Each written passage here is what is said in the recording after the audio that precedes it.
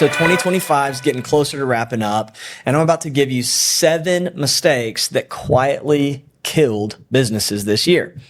And if you want the next 12 months to look different than the last 12 months, then this is the playbook to start working right now. I've talked to hundreds of entrepreneurs over the years, and here's what I keep hearing. On paper, the business looks solid. The revenue's there, the team's there, maybe even the office is there, but behind the curtain, they're exhausted. They're stressed out about payroll, and margins are thin, and they feel trapped. And I know that feeling because I've lived it. I've built businesses that look successful to the outside world, but I felt trapped. Like, why in the world am I even doing this?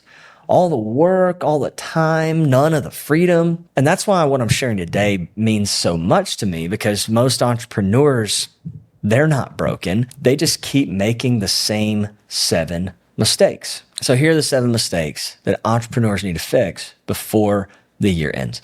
Number 1, the mistake of chasing revenue while ignoring profit. Revenue is a vanity metric if there ever was one. Nobody ever got rich off of revenue. Profit is the plumb line because it's the true indicator of success. If your net profit isn't at least, say, 20%, then hit pause and fix it.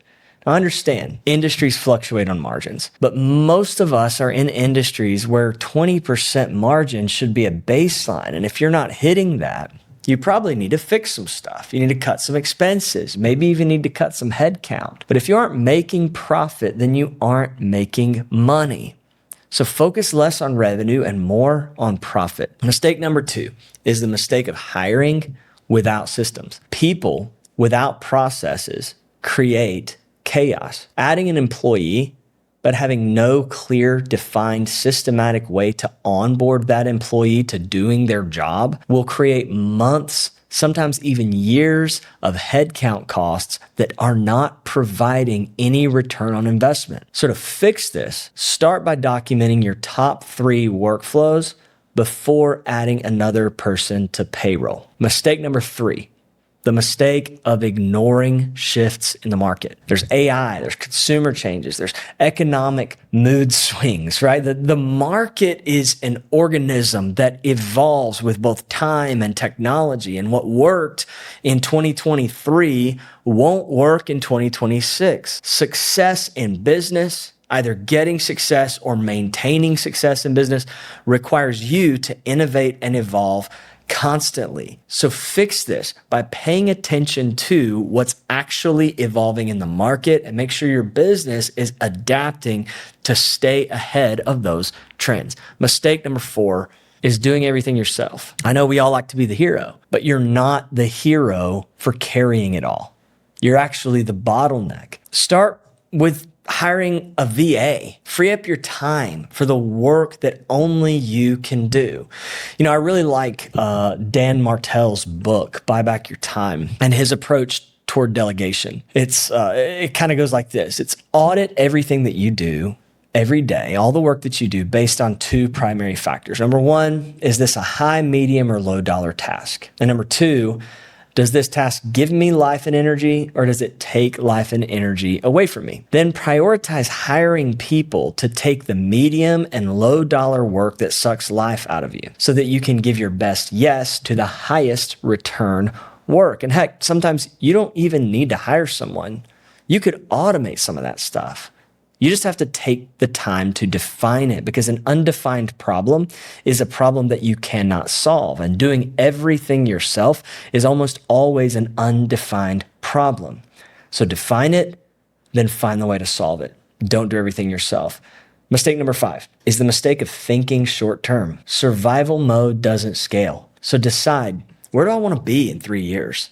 And then make every decision necessary to pull you there. Now, I do this through reverse engineering. I want to start with a desired end and then ask myself the question, what would need to be true in order for this desired end to be achieved? From there, I keep working backward all the way to today, and then I have a roadmap of the steps I need to take to get to my desired end. But if you don't take the time to do that, then you're just going to be running aimlessly. Mistake number 6, assuming that you know your customers better than anyone else. You don't. Call your top 5 clients before the end of the year and ask them what they want in 2026. I do this by using what's called a dream client interview. And I learned this from a business consultant that I worked with a couple years ago. I start by reaching out to my clients and asking them for 5 minutes of their time by sending a text or an email saying, hey, I'm working with a business consultant who told me to reach out to a couple of my favorite clients and interview them. You came to mind, so could we jump on a 5-minute call, say Thursday afternoon? What time's best? Then I have a list of relevant questions that I interview them on, ranging from why they chose our company, what caused them to move forward with us, what's their outlook over the next 12 months. And at the end, I never miss the opportunity to ask them, hey, who do you know that would benefit from the offers that we provide? I usually get a few referrals, but more importantly, I get information that helps me tailor my offer and my marketing messaging to more clients that are like my favorite clients. So the takeaway here is to find a way to get to know your customers better so that you can tailor your offer and your messaging to attract more of your best customers. Now, mistake number 7 is having no end game or no exit plan. If you don't know the finish line, then you'll likely just keep running in circles. So decide now if your end game is to sell, is to automate, is to hand it off. You know, the Bible says that without vision, you cast off restraint and you do things that just don't make sense. Your exit is your big picture vision. Where do you want all of this to go? What's the final end game of all of this hard work? And if that's not clear, then you'll do a lot of stuff that doesn't make sense and you'll run in circles more than you run forward.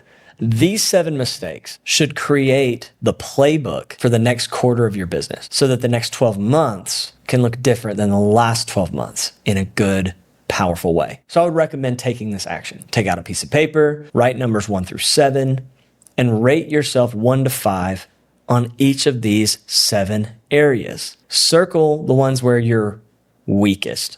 Say, pick the top 2 or 3. That's your focus for the next month. Plug those holes and you'll be ahead of most entrepreneurs going into the next 12 months. You see, my biggest mistake for years was control. I thought, man, if I let it go, then everything's going to collapse. There's no one smarter than me. There's no one who will work harder than me. There's no one who will do a better job than me. But it ended up the opposite was true. The moment that I hired someone who actually owned outcomes, not just tasks, everything in my business began to shift. And it provided me the freedom to lead instead of spending all my time fighting fires. And right now, about half of my income is passive or semi-passive. And my 12-month goal is to grow that to 65%. That's my version of owning the exit. So here's another challenge I would give you. If you were to take a month off, how much income would keep coming in? Whatever that number is, that's your scorecard. That's the true metric for how well you're actually doing in the entrepreneurship game.